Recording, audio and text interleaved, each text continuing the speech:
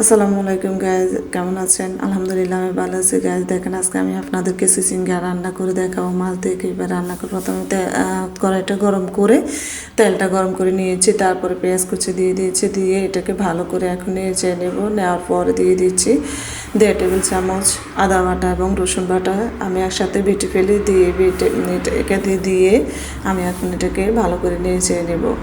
তো দেখেন গাইজ, আমি এটাকে নেড়ে নিচ্ছি। নিয়ে এখন দিয়ে দেবো আমি এটাতে হলুদের গুঁড়ি আধা টেবিল চামচ, দেখেন দিয়ে দিয়েছি আমি আধা টেবিল চামচ হলুদের গুঁড়ি, সাথে দিয়ে দিচ্ছি 1 টেবিল চামচ মরিচের গুঁড়ি। তো গাইজ দেখেন আমি দিয়ে দিয়েছি হলুদের গুঁড়ি এবং মরিচের গুঁড়ি, দিয়ে দেবো এখন স্বাদ মতো লবণ দিয়ে দিয়েছি। আমি স্বাদ মতো লবণ দিয়ে একটু পানিও দিয়ে দিয়েছি যাতে মশলাটা ভালো করে কষিয়ে নিতে পারি, সেজন্য। দেখেন তো আমার মশলাটা কষানো হচ্ছে, এখন আমি 2 মিনিট এটাকে এইভাবে রাখবো। রাখার পরে আমার মশলাটা কষানো হয়ে যাবে। দেখেন গাইজ, আমার মশলাটা কষানো হয়ে গেছে। কষানোর পরে এখন আমি এটার মাধ্যমে যে পরিষ্কার করে রাখা, ধুয়ে রাখা আমার চিচিঙ্গা এবং আলুটাকে আমি এখন এটার সাথে মশলাটার সাথে দিয়ে দেব। তো গাইজ দেখেন দিয়ে দিচ্ছি চিচিঙ্গা এবং আলুটাকে, দিয়ে এটাকে আমি ভালো করে নেড়ে নেব যাতে মশলাটা আলু এবং চিচিঙ্গার গায়ে লাগে। তো দেখেন আমি এটাকে ভালো করে নেড়ে নিচ্ছি গায়ে। আপনারা আমার মতো রান্না করে দেখবেন, আমি খুব সাধারণভাবে রান্নাগুলো আপনাদেরকে দেখাই। আর গায়ে 1 কেজি, এখানে 1 কেজি পরিমাণ চিচিঙ্গা আছে। তো 1 কেজিতে আমি হলুদের গুঁড়ি কম দিছি আধা টেবিল চামচ, আর মরিচের গুঁড়ো দিয়েছি 1 টেবিল চামচ, যাতে কালারটা সুন্দর দেখায়। এর সাথে আমি কাঁচামরিচ অ্যাড করব যাতে ঝাল ঝাল হয়, আর আমি একটু ঝালটা বেশি খাই, যার কারণে আমি মরিচটা ব্যবহার করি বেশি। তো গাইজ দেখেন কালারটা অনেক সুন্দর দেখাচ্ছে, সবুজ কালার। এই কালারটা দেখতেও অনেক সুন্দর দেখায় খাবারের ক্ষেত্রে। তো দেখেন আমার তরকারিটা কষানো হয়ে গেছে। আপনারা আমার মতো করে সাধারণভাবে রান্না করে দেখবেন কেমন না।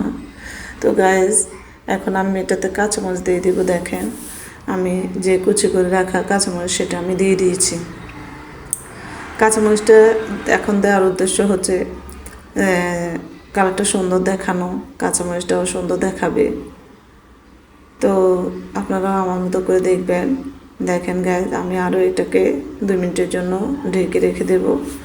দেখেন গাইজ ঢেকে রেখে দিচ্ছি। দেওয়ার পরে আমি আবার আসবো, এটাকে উঠিয়ে নেব। এই যে দেখেন 2 মিনিট রাখার পরে আমি আসছি। তো গাইজ আমার মতো করে আপনারা রান্না করে দেখবেন। আমার রান্নাটা যদি ভালো লেগে থাকে অবশ্যই সাবস্ক্রাইব করবেন এবং পাশে থাকা বেল আইকনটি বাজিয়ে দেবেন। এখন আমি এটাতে পানি অ্যাড করব। দেখেন পরিমাণ মতো আমি পানি দিয়ে দিচ্ছি। পানি দিয়ে এটাকে আমি নেড়ে ছেড়ে দেবো এখন। তো গাইজ দেখেন নেড়ে নিয়ে এখন আমি আস্তে আস্তে যে মাছ ভেজে রাখা মাছ আছে সেটা আমি দিয়ে দিচ্ছি। তো দেখেন এক এক করে দিয়ে দিলাম মাছগুলো, দিয়ে আমি এখন এটাকে নেড়ে রাখবো এটা ফোটানো পর্যন্ত। এভাবে আমি যে পানিটা দিয়েছি সেটা দিয়ে আমি 5 মিনিট অপেক্ষা করে দেখব আমার রান্নাটা। আপনারাও দেখবেন যে কেমন হয়েছে। তো আমি আবার এটাকে ঢেকে রাখছি। গায়ে ঢাকার আবার কয়েক মিনিট পরে দেখেন আমি আসছে, দেখে আমার রান্নাটা প্রায় হয়ে আসছে। গাইজ যদি ভালো লেগে থাকে অবশ্যই আমাকে সাবস্ক্রাইব করবেন এবং পাশে থাকা বেল আইকনটি বাজিয়ে দেবেন। তো বন্ধুরা সবাই ভালো থাকবেন, সুস্থ থাকবেন, আমার জন্য দোয়া করবেন যাতে আমি সামনের দিকে এগিয়ে যেতে পারি আর আপনাদেরকে ভালো ভালো টিপস দিতে পারি, ভালো ভালো রান্না আপনাদেরকে উপহার দিতে পারি। আর আমার জন্য অবশ্যই দোয়া করবেন। আমি আপনাদের ভালোবাসা আশা রইলাম। তো গাইজ আমার রান্নাটা হয়ে গেছে। সবাই ভালো থাকবেন, সুস্থ থাকবেন এই কামনাই করি। আল্লাহ হাফেজ।